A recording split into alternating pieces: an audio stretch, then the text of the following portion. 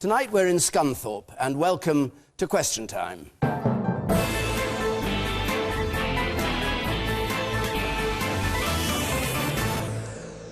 And welcome to you at home. Our audience here, of course, are going to ask the questions, and to our panel, who don't know those questions till they hear them.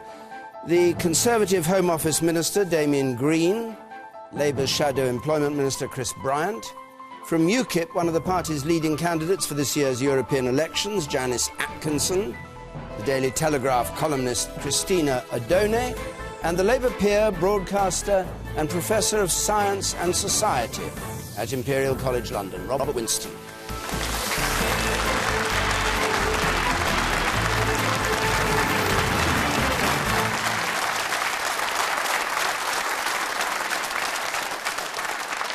Good. First question. Max Bell, please. Why does it take flooding to hit the southeast of England before the Westminster Village notice or even care? Damian Green.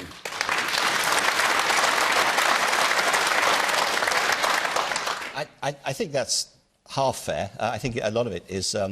Which bit? Well, when you say the Westminster Village, it's certainly true that 24-hour news channels found it easier to get to the Thames Valley than they did to, say, the Somerset levels. But the truth is that the spread of the floods and the incessant nature of the bad weather has just made this a more important and bigger emergency as the weeks have passed. We now know that we've had the wettest period for 250 years.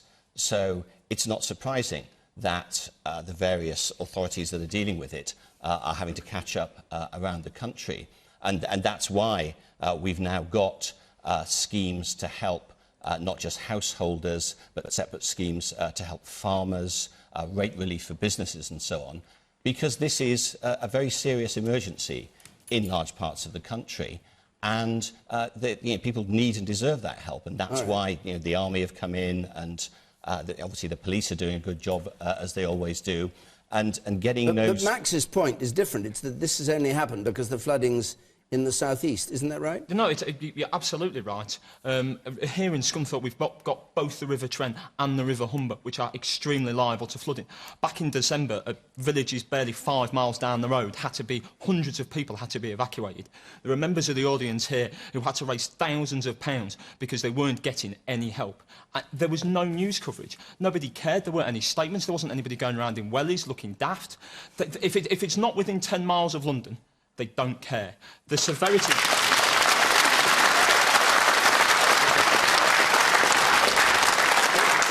Do you agree with that at the back? I'd like to quote some figures to the panel, please, in relation to flooding historically in the UK. There's a blog currently on with Paul Hudson that presents North West weather. He has quoted that in 2007 there were 23,500 homes flooded in the UK, and last year in the Yorkshire and Humber region there were 66,000 homes flooded, and you can compare that to the Somerset levels, which apparently 40 houses were flooded. I understand that there are plenty of other properties that were cut off, and I understand that in comparison to the south of England currently, that pales into insignificance. All right. But you think that... OK. Just Brian. To be honest... You've heard the number of people complaining about the way that they were treated. To be honest, I'd be spitting with fury if I lived up here, because today it's announced that the people who were flooded in December are going to get the same money that was announced by David Cameron earlier this week, that is going to people in the Thames Valley and in Somerset. But why didn't that happen in December?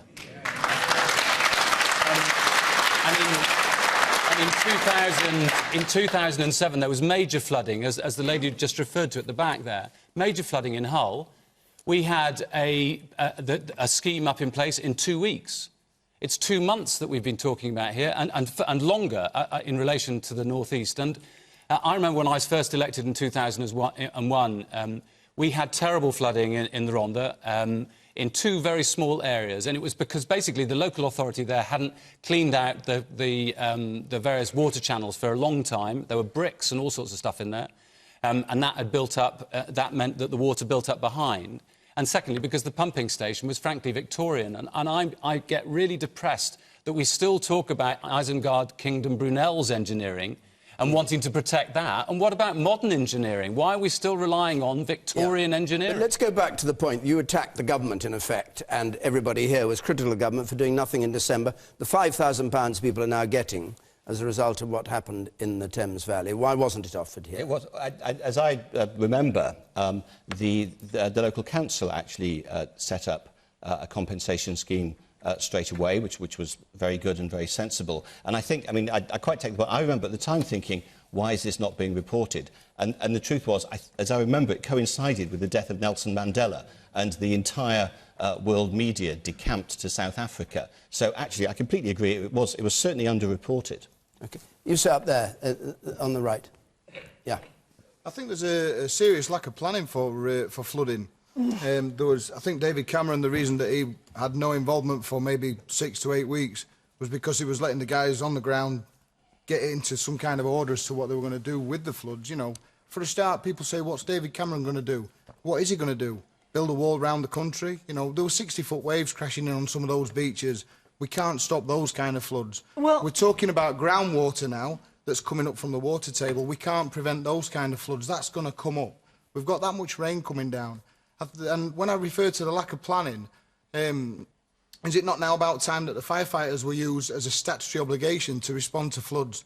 Because at the moment they're responding out of the goodwill and using parts of the budget that are there for other activities. Cristina, you answer? Well, I agree that there's not very much David Cameron can do except for wear wellies and, you know, go around for a photo op. But there is such a thing as the Environmental Agency. And what I'd like to point out to those of you who are very cross about the North and lack of activity, lack of support here. I have friends I have in-laws in Somerset and friends who are farmers in the Somerset levels. And they were calling the Environmental Agency in December before Christmas and saying, look, the dredging of the rivers, Parrett and Tone, must happen now because we can see, you know, everybody's predicting a really bad winter. We can see what's going to happen. And the Environmental Agency said, no, it's not really necessary. So I think that Cameron himself, well, what could he do? But there's a regulatory body there. It's the Environmental Agency. Why were they so inactive? Why were they not responding to people who were calling and saying, we've lived here a long time, we know what is about to happen, let's not, you know, let's not dilly-dally. But we hear now that we hear now that dredging of the rivers would actually not benefit the people. Well, not just the dredging. It's just going to move the problem further down the stream. But, well, hang on a second. David Green, just comment on this, because you will remember that Mr. Pickles, Eric Pickles, the Community Secretary, said exactly what Cristina Odone is saying. I apologise, I'm really sorry, we took the advice of what we thought. We thought we were dealing with experts, referring to the environment. Yeah, and 10,000 staff.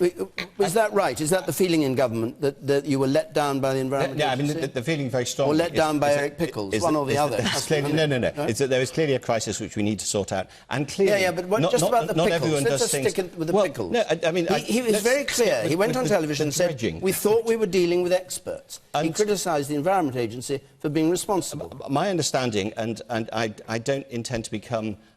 this growing profession of armchair hydrologists, who the nation is now full of people. Just as whenever we go to war, we all become armchair generals, we're now all becoming experts on river flows and hydrology.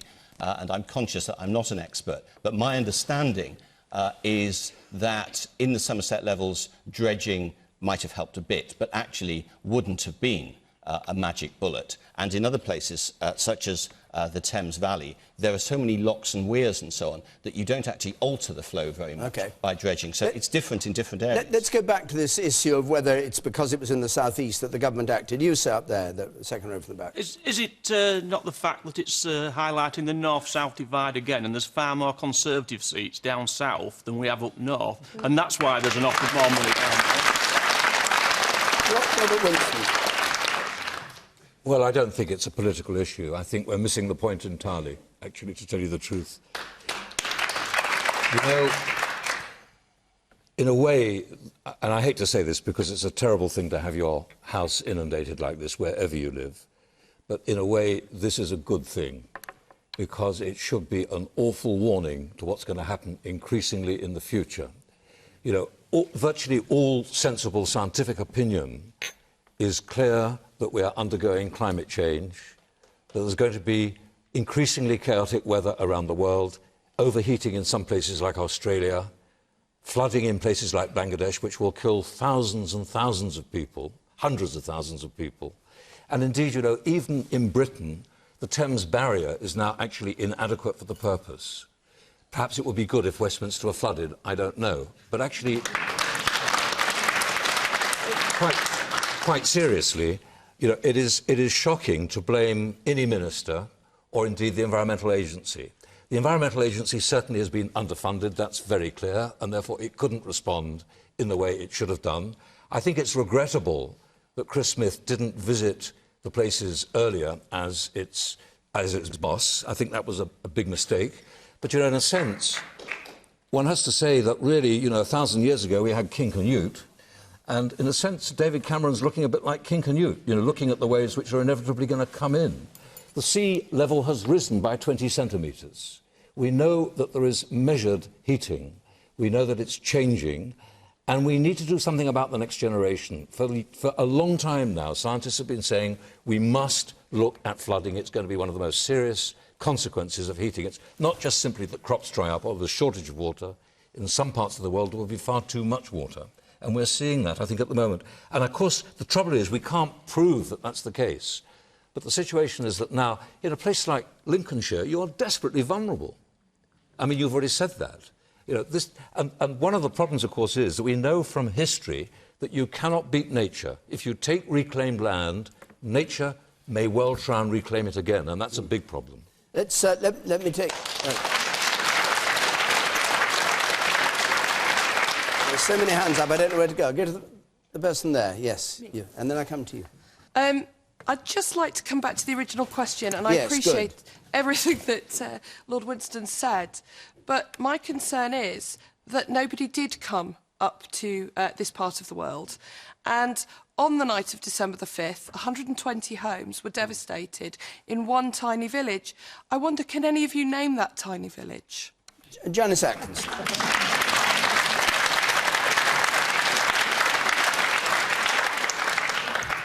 The reason they went to the South East in the first time, because that's where the Tory heartlands... I can, but I've got it written down. So it would be cheating. Very simple question. Just could you name the But village? nobody would name it, because nobody, if you're right that nobody knew it was happening, nobody knew it was happening. And that 700,000 chickens died in a shed. Absolutely. 750. And one of the hotels closed because and still hasn't been able to open again. So you can name it? I can't, I'm afraid. I did read earlier, but and I do remember that in December there were debates in the House of Commons, actually were. They weren't reported anywhere, because a lot of the local MPs, of course, were raising these issues. Yeah. Let's leave South Ferriby and come back to the main question.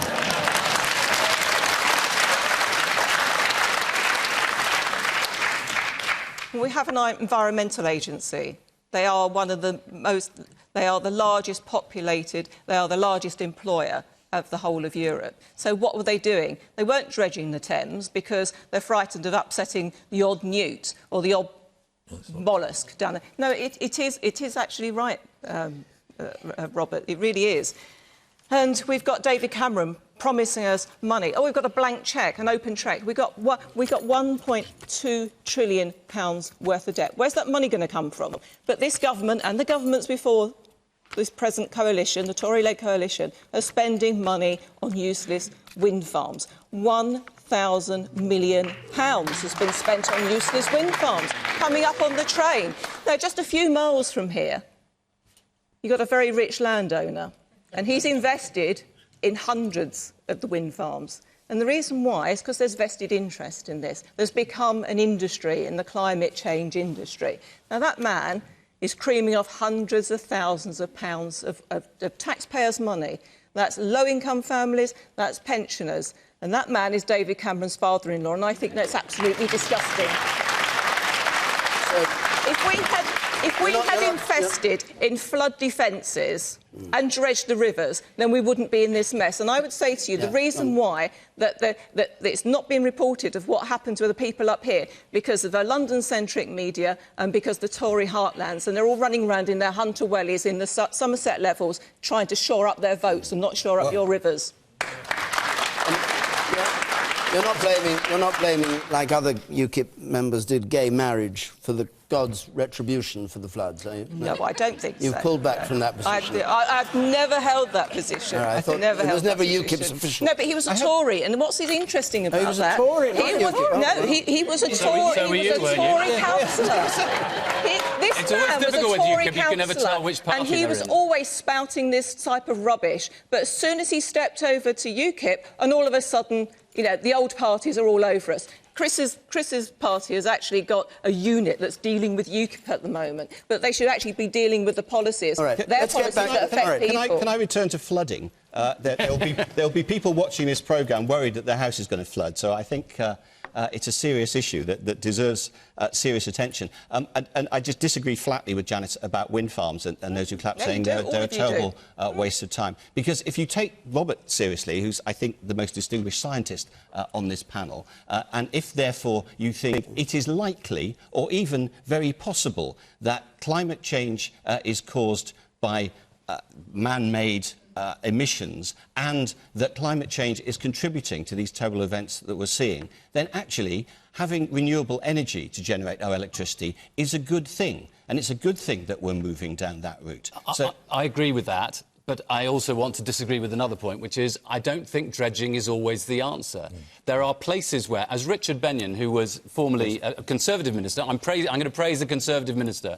I think he was a very good environment minister. And one of the things that yes, exactly. And one of the things that he was saying earlier this week was there are many places in this country where if you dredged, you would be doing dramatic damage. It'd be completely a mistake. Yes, you said you didn't want to set yourself up as a professional. I didn't say that. It was him that said that. You don't mind. I'm not setting myself up. I'm just saying that I think you have to have different responses in different places, and that's why you need... But it's not just dredging, it's also maintenance of the hedges, exactly. It was maintenance of the plains. I mean, it wasn't just dredging. All right, let's hear from some more members of our audience, and Robert, I'll come to him. Yes. Lord Smith said that government funding is only available if you get 800% economic return on money spent. £8 for the pound. £8 for the pound. And that's probably why the Thames Valley easily meets that criteria, whereas we in the rural communities don't. We get 50% less government funding than urban communities, and even in this situation we get kicked in the teeth and say, because you don't give us enough return on investment, you don't deserve help. It's not... You stop there. Hold on. The man with the beard there, you... Yes. Well, given the risk of flooding and that very likely there will be... we can't guarantee funding in the future, do you think it might be negligent or irresponsible of local authorities to grant permission for housing to be developed on floodplains? You think that ought to... do you think that should stop, or it should be... Well, I think there may be... You may have to design... You might be able to design housing to be able to be not so affected by flooding. OK. And the lady in the front here, you... I was just going to say, our council's about to give planning permission for 60,000 homes actually on a floodplain. What's going to happen if they get flooded in the future? Are they going to be able to get insurance? But the council presumably knows it's floodplain. That it's they do. It's underwater every winter because of the snow. Every winter? And the rain. Yes, you go down the field behind the back of Tesco's.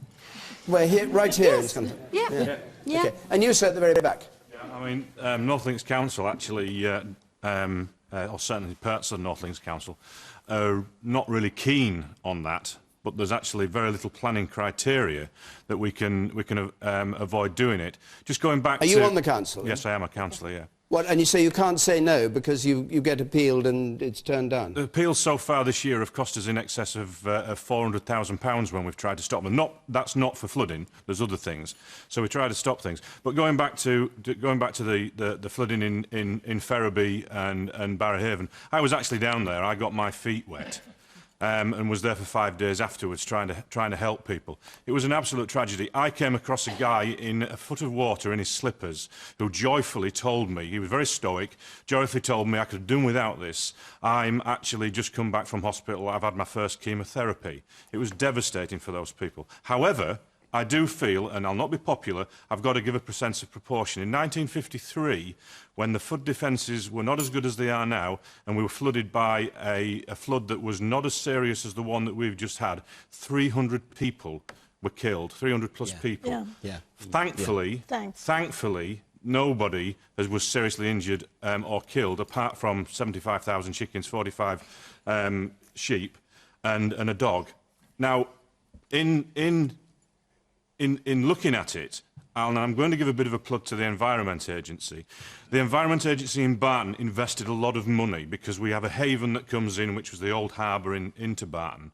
And I was looking over that haven. They did a big civil engineering job there, and it was within 6 inches of the top of it. I remember the grass bank. I was head and shoulders above the grass bank, and I was only on tiptoes just looking over the actual flood defence. You look as if you're about 6'6" tall anyway. I am, yeah. And we would have lost 1,000 houses in Barton if that defence hadn't have been there. As it was, we lost 2. Tragic, and I've met both the families, and I've been to the families at Barrowhaven with the local MP. And that's true in other parts of the country as well. We spent £2.4 billion. The previous government spent lots of money after the 2007 flood. So you cut the money. No, we haven't. We're spending more. You cut the money. Let's not have a partisan discussion, Chris. There are people whose lives are under threat. But if you don't spend enough money. But if you don't spend enough money, you're not going to be able to maintain the resilience for the future. Gentlemen, the shocking thing is, I was there, and there was nothing we could do when that flood came over, apart from run away, just like in Bangladesh. The advantage we had, that the next day and the following days, we had the infrastructure to go in there and help people, and we had enough people in the area to also help people. We must move on, I think, to another question, because I've got 6 solutions to the problem. You've got 6 solutions, but it will take 60 seconds. Very quickly. Right, I mean, very quickly. We need to do this. I mean, we're looking so short term, but in the long term, I think we have to invest in nuclear power. I think we have to understand carbon capture. I think we need to look at renewable energy, which will include wind farms, though you have a problem, of course, on this coast, moving them in from the sea. We all need to save energy and save water from our taps. Simple things like that. We are all extremely wasteful. I think it's not just housing, because housing brings roads, it brings schools, it brings hospitals, it brings concrete in gardens, so there's no runoff. But most importantly of all, and we're not doing this well, we need to engage globally, because unless we do that, we're not going to solve the problem. Okay.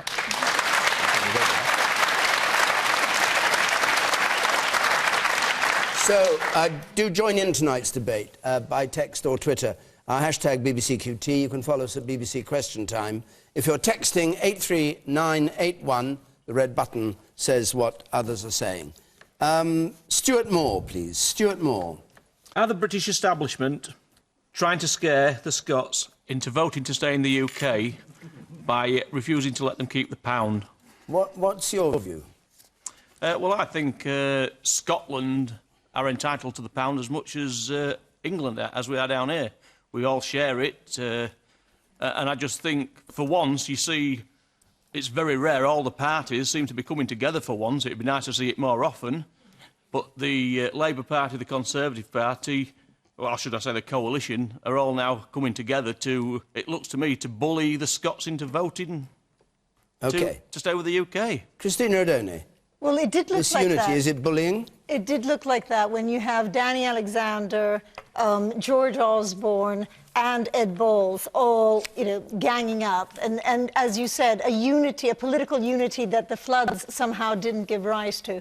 But I also have to say, I think that the Scots are not going to put up with it. And the Scots are already used to having a pound that most of my shopkeepers in London won't accept. So they're not going to be scared of being, bullied over the currency.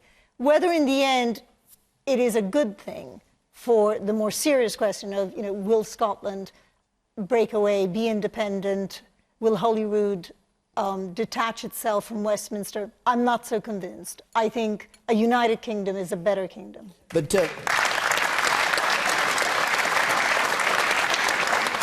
Robert Winston, you're a politician as well as a scientist. You watch these things in the House of Lords. Do you think this is an attempt to scare the Scots? It's really interesting. Or is it a serious... do they mean it? My immediate reaction is that, David Cameron is being remarkably altruistic, isn't he? Because, of course, it's in his interest in some ways that Scotland does secede, because that would... Don't you think so? Well, no, make it easier... No, I disagree. Sorry. You think that we lose yes. Labour seats in Parliament? That's the issue. But having said that, I mean, to be serious for a moment, I think one of the concerns that I have, I think we're right to band together and say, look, you can't have bits of the United Kingdom that you want to have and not other bits. The fact is, if you have the pound, you have responsibility for interest rates, you have responsibility for currency control. And if the Scotlands really want to go it alone, then it's up to them to have their own border controls and their own currency. I don't think it's going to be easy for them to join the euro, and it probably won't be in their interests. So the question is, what currency will they have? Certainly not the dollar. Maybe they should have the Bitcoin. I don't know.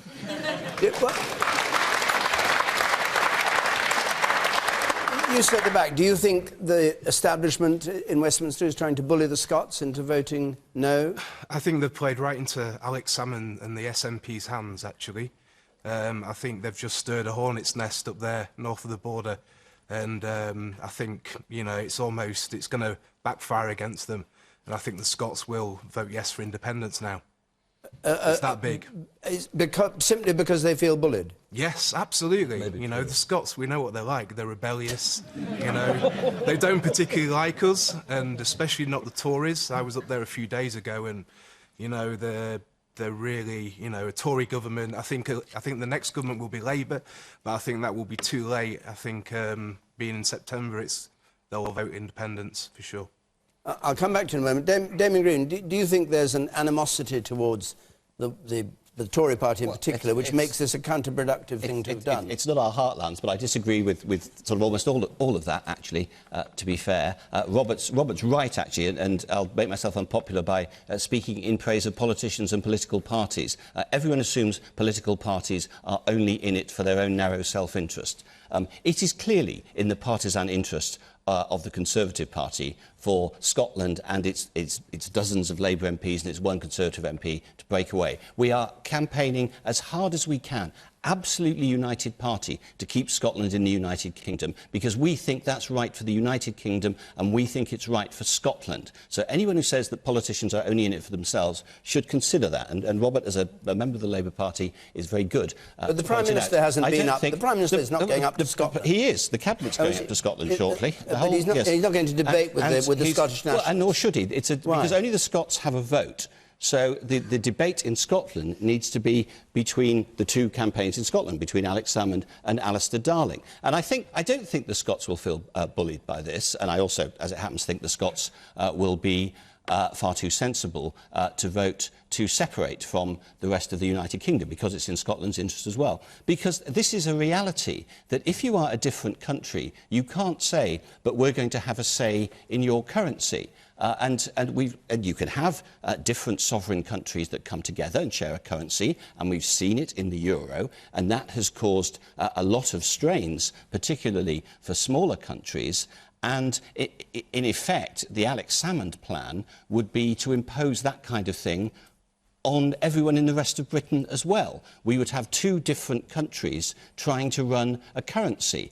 And it's much more difficult to run that in the interest of both countries. And I think it's fundamentally undemocratic, because if you want to do that sort of thing, which has a huge effect on everyone in England, Wales and Northern Ireland, then England, Wales and Northern Ireland should have a vote on this as well. And of course we do.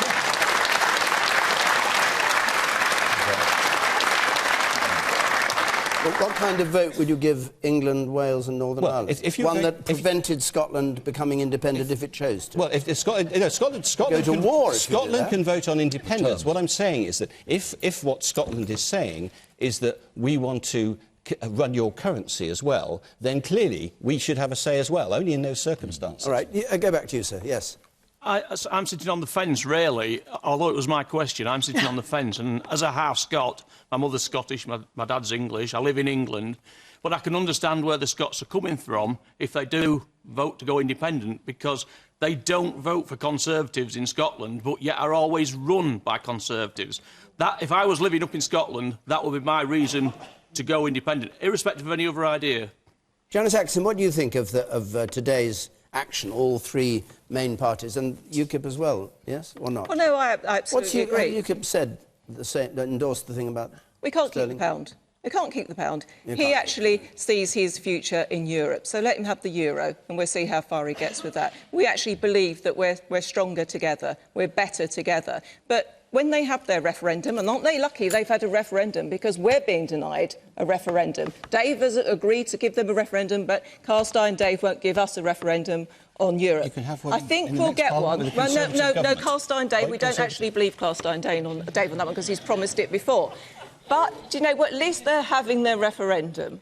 And when we have our referendum, and I hope we do in 2017, and we'll have another referendum next year, we'll have a parliamentary referendum, and it will come down to the economy and it will come down to jobs. Those are the two main things that people worry about. So they will have their say, and I think the Scots are a canny lot. They will actually vote to stay in, because together we're stronger. OK. You, sir. When they're on about what currency Scotland can use... Sorry, start again. When they're on about what currency Scotland can use, would they meet the criteria for entering the euro? Has anyone ever looked at that? Not immediately. No. Chris Bryant. I don't know the specific answer to that question, but I almost certainly wouldn't be immediately. There's no guarantee, incidentally, they'd be allowed to join the European Union. But I note, sir, that your name is Stuart. Obviously, a Scot, you know, there's quite a lot of Scot in you. Yes. And to be honest, there's a lot of Scot in me as well, though my brother always used to say that he was half Welsh, half English, half Scottish, which he wasn't very good at maths. But I just feel we're all part of the same thing, aren't we? Emotionally, I disagree. I don't think it will boil down to economics and things like that. I think it will boil down to the emotion of it all. And what about the tactic of Osborne going to Edinburgh and his views being endorsed by Ed Balls, for instance? I think you have got to lay out the facts. You can't have an independent country that is where you're expecting England then to prop up the banks, the Scottish banks, if the banks go under. And where's which is the what debt the Bank of England presumably would have to do. We've got £1.2 trillion worth of debt. Exactly. How are we going to divide all of those, that? and the Barnet Four I think it's perfectly legitimate to simply lay out the facts, and that's all that's happened today. And I hope you're wrong, sir. The Scots I know are taking this the whole issue very seriously. It will be an enormous step into the dark, I think. And this is just one of the many, many issues that they're going to be facing. Just a couple of points. You, sir, over there, and then I'll come to you. Yes. Didn't the Bank of England propped up the Irish banks when they went under? They did, didn't they? Yes. They did. £7 billion. That's right. Is that right? When the Irish banks went under, we said it was in our interest to keep Ireland afloat. Which it was. Yes. Ireland is a very, very significant trading partner. Wouldn't Scotland be in the same position? Well, there's a difference between propping up someone's banks and actually allowing them to run your currency. That's a very significant... And the other point is interest rates, of course, that Scotland would... if Scotland wants to be retain the English pound, as it were, and still have a say on interest rates, I think that would be inappropriate. And the point about devaluation as well. Okay. It's just that bad economics to say we want to be independent, but keep the old currency. All right, last point from you. The SNP still seem to be in denial about today's decision. When are they actually going to shut up whinging and start deciding what they're going to do about it? Because the policy isn't going to change. So you think it's up to the SNP to... But they just say this is... still believes that we will allow them to keep the pound. Yes. They've been told we will not allow them to keep the pound. But they don't believe it. They believe they will be allowed to. So what do you do then? It's a standoff. And come up with Plan B very quickly. They don't necessarily have to. They just say don't believe them. They don't mean it. Well, you can say what he likes, but... At which point the Scottish people will decide, as they will in a referendum. Yeah. Let's go on to another question. That's good. Linda Lewis, please. Linda Lewis. Can a smoking ban in cars with children realistically be enforced? Can it be enforced? This agreed in the House of Commons. legislation to come before, you know, the detailed legislation banning smoking in cars. Can it realistically be enforced? Janice, what do you think? Of course it can't. But do you know, is it wrong to smoke in a car with children? Absolutely. Now, I'm a libertarian, but the only anti-libertarian streak I have in me, I'm so anti-smoking. I really hate smoking. I grew up in a house where I had 2 smokers. Actually, it made me ill. Both my parents smoked in the car. How do you get on with Nigel Farage in that case? Never stop smoking. We don't, he's outside, I'm inside. Yeah. He's 2 cars, yeah. No, we don't have smoking in our cars. But we don't have children either. But there's a serious point here. It's how far do you go? So we all know that if you're smoking or you're drinking in pregnancy, then that's very harmful to the baby. So is the next step down the line that actually we make that a criminal offence? Or when mums go to Iceland and they start loading up their cars with full-fat, ready-made meals, do we make that an illegal act? And actually, if you take this area as well, you think about policing and the strains that are on our policing at the moment. In this area, you've got violent crime rising. Your car crime is flatlining. I'd actually prefer the police up here to be getting on with the solving serious crime and stopping violent crime. Are you in favour of a legal ban on smoking in cars with children or not? I prefer it not to be a criminalised offence. I think we should be educating people more. And Damian, tell me, how are we going to police this? OK, Robert, I'll come to you. Robert Winston, just before we come to that, is it proven that smoking near children gives children all the diseases that they very much the issue. I mean, I'm rather proud of the fact that this was an amendment that started in the House of Lords, and I, amongst others, voted in favour of this ban. We recognise that it's difficult to enforce and might be impossible.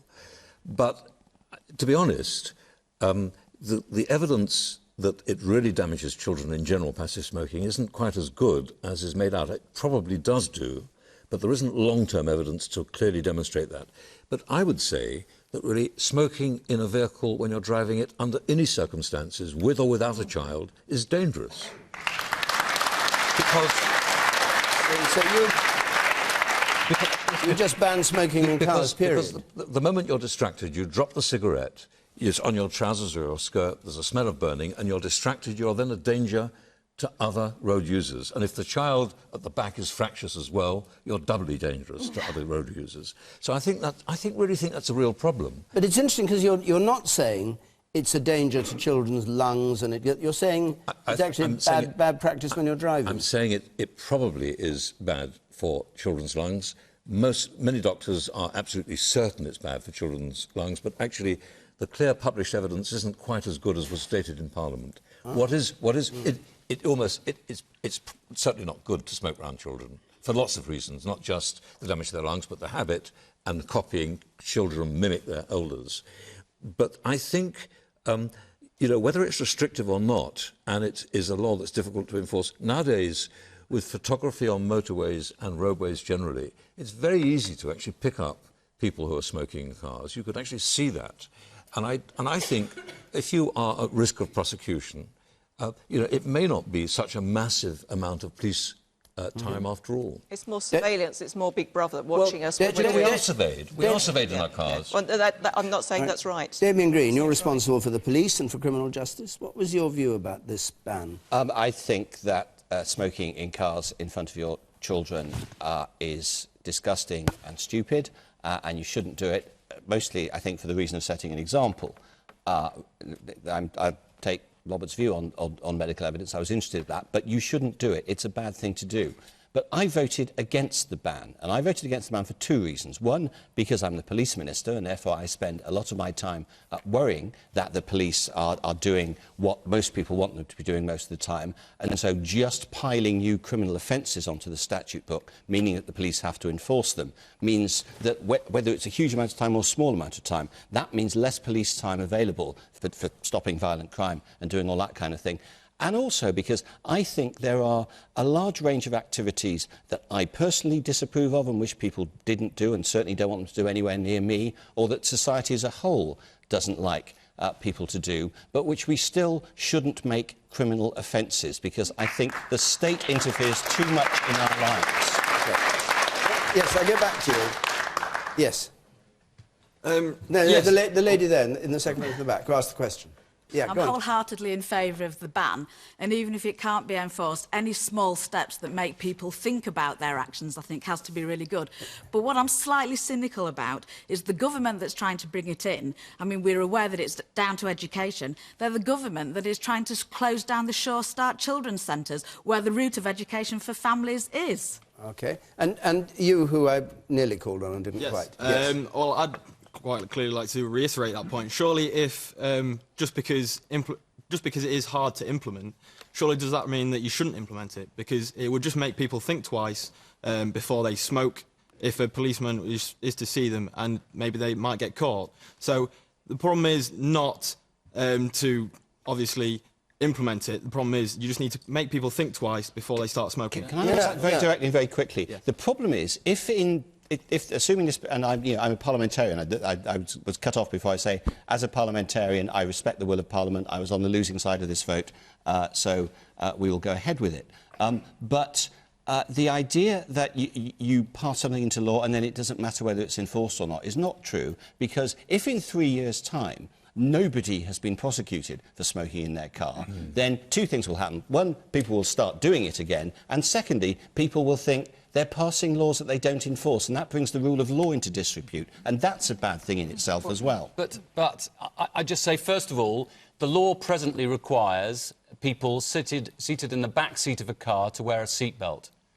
I've never seen anybody be prosecuted for not doing that, but I think now many more people wear a seatbelt in the back of their car than used to before we changed the law. So it must be a good change in the law.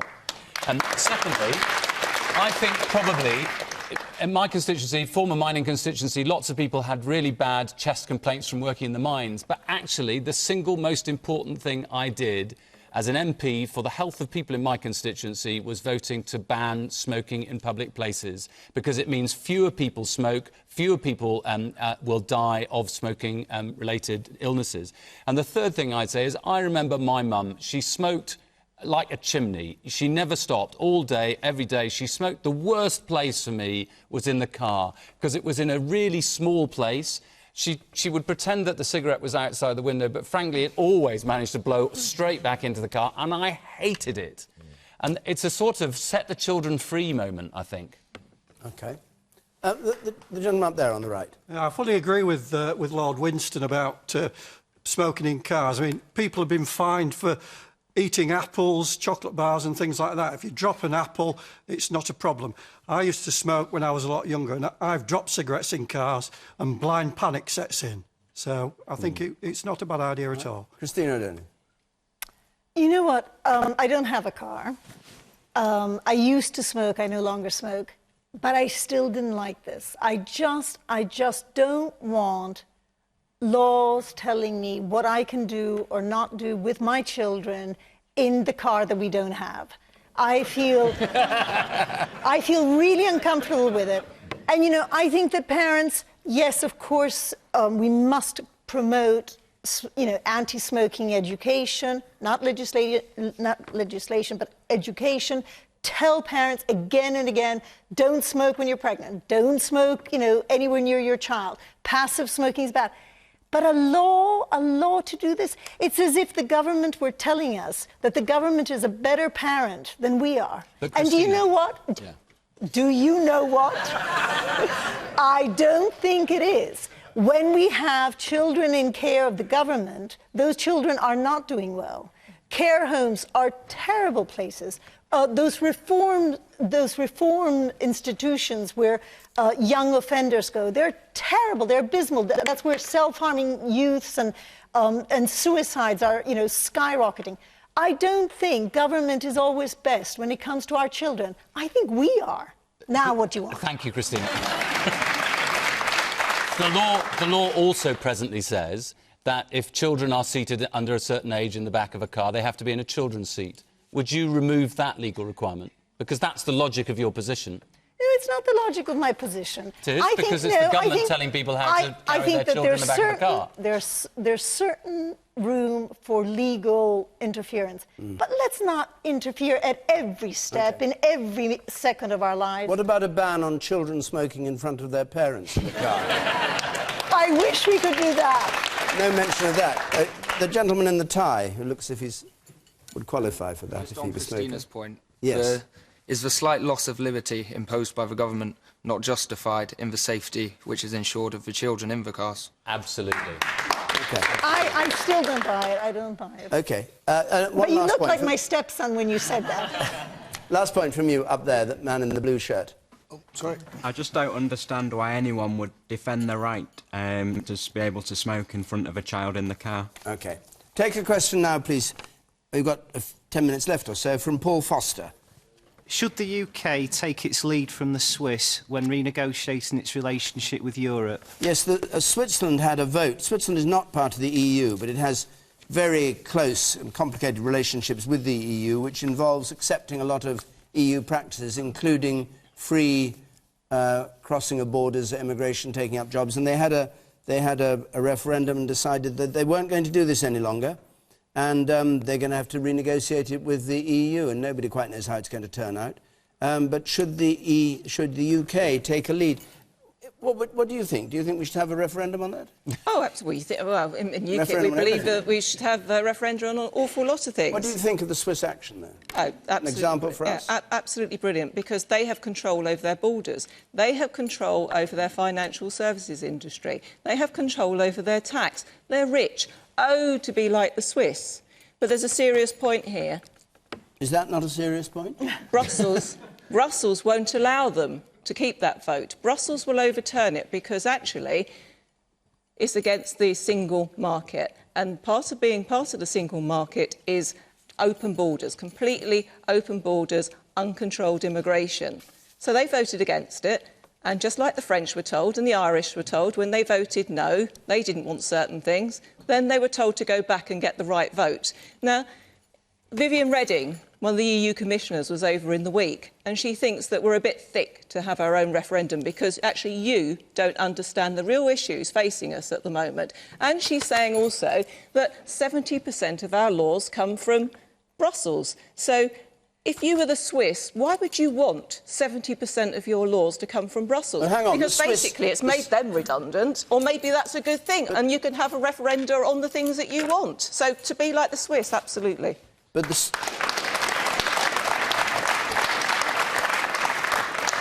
the Swiss have accepted a lot of the EU legislation, haven't they? In order to get the trade, they have to. Yeah. But you think that you think they won't be allowed to opt out of this? In other words, the EU will say... It's fundamental. So the EU is going to say, if you do that, you're out of the deal. Yes. We close the deal. Yeah, and you'd like to see Switzerland close the deal? Oh, if Switzerland want to walk away, but do you know what? Right, Norway are testing it now as well. So I think you'll see a sort of, a complete waterfall effect here, and I hope they do, because the people need to take back power, and the sovereign parliaments need to take back Chris power. Bryant. Oh, to be like the Swiss. I really don't want to be like the Swiss.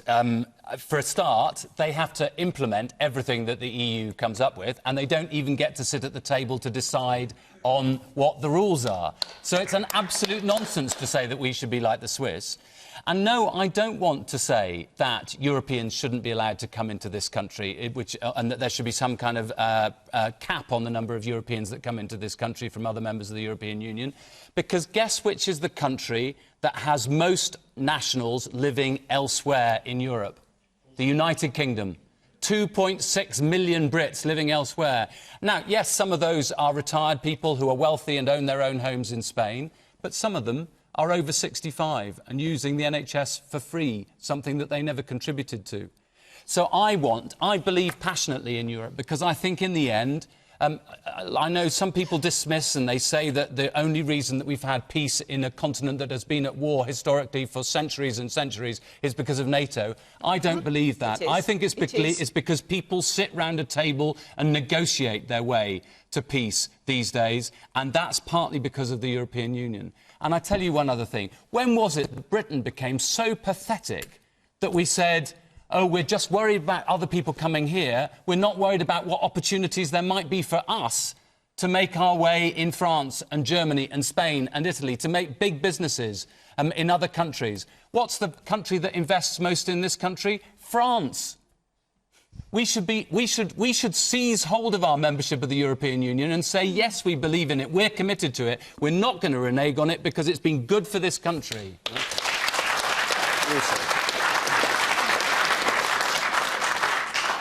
Isn't this just a matter, though, that the Swiss have actually showed us what true democracy is? It's the will of the people, not the will of European unelected politicians. Hold on. Cristina Odone, what do you make of the UKIP position? No, on this? Are you a supporter of UKIP? Are you feeling? No, I'm afraid I'm not. But I also think that there's something else that is much more sinister that has motivated the Swiss. And it's this fear, this alarm about the other. And it's the person who comes into your country and is taking your job, is taking your benefits, is taking your services. And this is what appeals to UKIP, because they have the same narrative.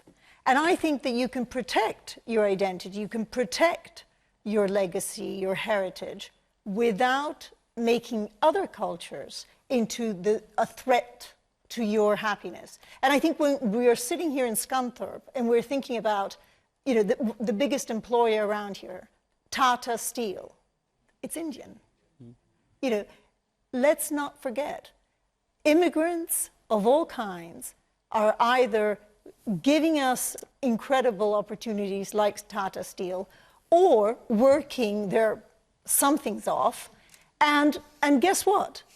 Claiming less than 45% of the benefits and tax credits that the average domestic worker does. So I think there's something really sinister, and it's not the cuckoo clock, it's a kind of inherent xenophobia. And this is what appeals to UKIP, and it's what appeals to the Swiss. Okay. You were shaking your head when Cristina was talking. You don't agree with her? Yeah, if you're referring to Viviane Reding's figures, she's using the figures about the amount of benefit being claimed by immigrants, not the percentage of immigrants claiming benefit. What do you think of the... hang on a second, let's get into that. What do you think of the main issue? The point isn't just about immigrants and migrants. It's also about us being able to make our own rules. It's about us not being dictated to by Brussels on all sorts of policies, such as human rights. We're not allowed to get rid of terrorists. Which human right do you want to get rid of? We want to be able to get rid of a terrorist that is a risk to our country. It's not just whether we can or whether we can't. We should be able to make that decision ourselves. We're being totally dictated to by Brussels. That's the Human Rights Court, sir, is nothing to do with Brussels. Human rights is just one part of it. There are so many parts to this, other than just the people coming to the country. We're just talking about that. There's so many other things that are involved with being in the EU. The Swiss set a good example in your view. Absolutely. By doing that. And do you agree with that? The woman there? Yes. Well, my problem is that, of course, I'm not English, but I'm British. But the problem is that over here, with negative propaganda by politicians, people are too scared about any other nation but this island. Whoever comes in is an intruder. And that's not the fact. People come here to work and earn good living. Absolutely. And pay taxes.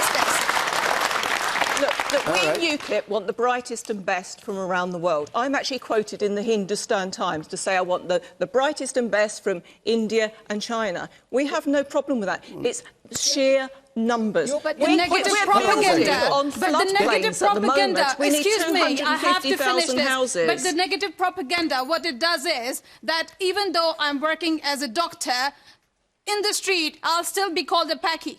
Well, that's absolutely wrong, madam. You're very welcome to work here as a doctor. That's the actual fact that no matter what I'm doing for the society, equally the society is doing for me, the baseline is that we are scared of each other.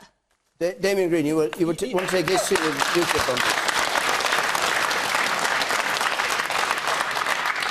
I do, because your policy at the last election was for a 5-year freeze for no immigration at all. Absolutely. For 5 years. Have you dropped that policy? Yes, well, I'm on the policy review committee, so I know exactly what's happening. And when we've got our policies, we'll tell you. What we want is to control our own borders. No, because they don't have a policy on this. No, because you don't. What do you mean, no? I was the immigration minister for 2.5 years. Yeah, exactly. I know. And along with Chris, you've just opened our borders. That Britain benefits from immigration. It benefits from people coming to work in the health service. I agree. What gives rise to the fear, which gives rise to UKIP and other parties, is when immigration is out of control. Yes. And 10 years ago in this country, immigration was out of control. If you try and change a society too fast, then people get worried, and that gives rise to unpleasant consequences. So that's why we've instituted systems of controls. That's why we have a cap on the number of work visas. That's why we've closed 700 bogus colleges so that people can't come here pretending to be students when actually they're coming here to work. And it's a long haul, but the system is getting better.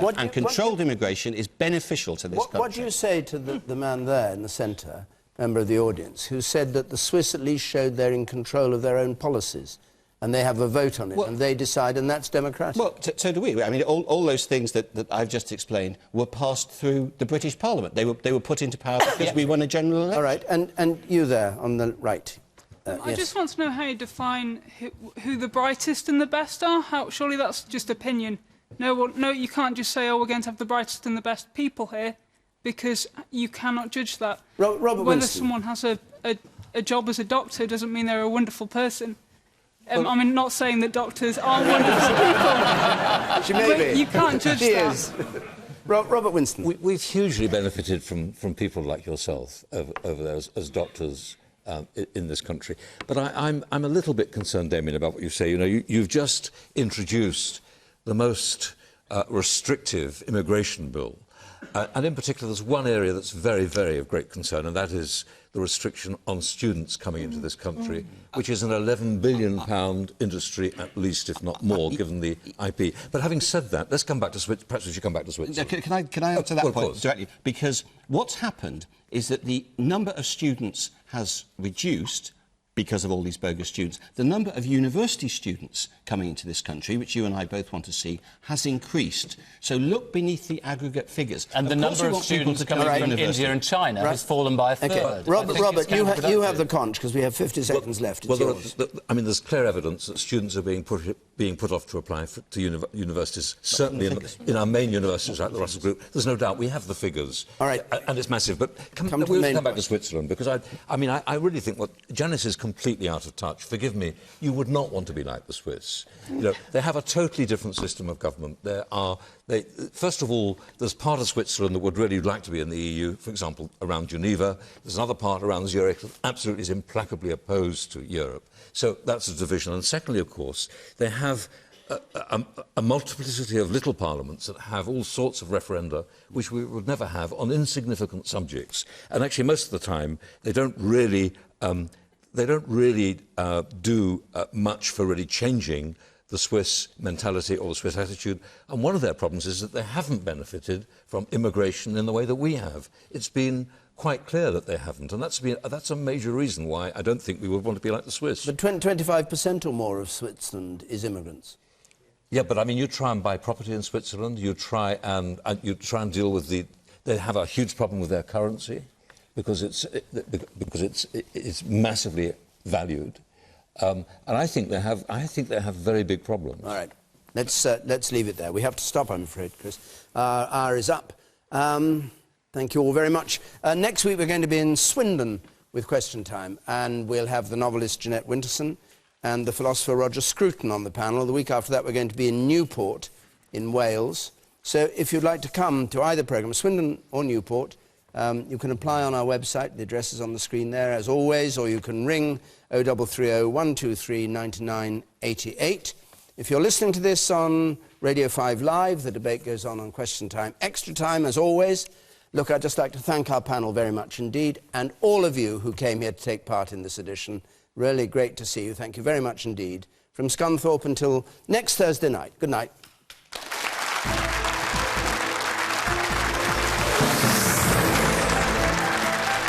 Well, The flood debate continues next on BBC One. Even flood victim and magician Paul Daniels can't make the water disappear. And Hollywood actor Matthew Modine with Andrew Neil this week.